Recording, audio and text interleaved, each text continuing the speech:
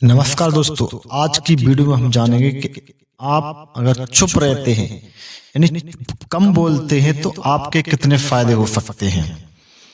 हमें हमेशा चुप रहना चाहिए या फिर हमें हमेशा बोलते रहना चाहिए। सबसे पहले हमें ये देखना है, तो इन दोनों चीज़ों हमें ये देखना पड़ेगा कि सबसे पहले हमें बोलना कहाँ पर है।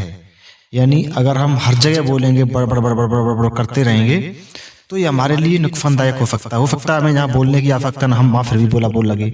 मान लीजिए कोई व्यक्ति आपस में बातें कर रहे हैं, वो आपसे पूछ भी नहीं रहे, तुम उसमें बीच में अपनी सलाह देने लग गए, तो इसके बड़बड़ बड़बड़ ये क्या है। यानी इसको कम बोलने से भी एनर्जी, हमारी जो एनर्जी है वो खत्म होती है।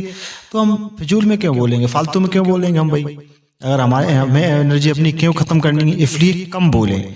कम बोलोगे तो एकदम आपका ज़्यादा आपसे गलतियां नहीं होंगी। अगर आप ज़्यादा बोलेंगे तो आपसे गलतियां होंगी, ये सोच लो आप। अगर आप कम बोलोगे तो आपसे गलतियां नहीं होंगी। और सबसे पहले हमें ये देखना है कि हमें बोलना कहाँ पर है। जहाँ बोलेंगे, जहाँ आवश्यकता है, हमें वहीं बोलना है।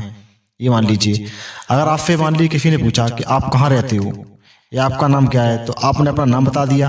आपको नाम ही तो बताना है, किसी ने पूछा है तो। अब अपने नाम पूछा, आपने बता दिया हमारा नाम ये है और हम वहाँ रहते हैं, हमारे पापा ये करते हैं और हमारे रिश्तेदार ये पैसा वाले जी है वो है, यानी फलाना ढमका बहुत सारी चीज़ बोलते रहते हैं, यानी बगैर बताए उसने पूछा भी नहीं और आपने पूरा इंट्रोडक्शन उसे दे दिया। तो बहुत से ऐसे लोग हैं, तो कम बोलें, मतलब कि आपको कम बोलना चाहिए।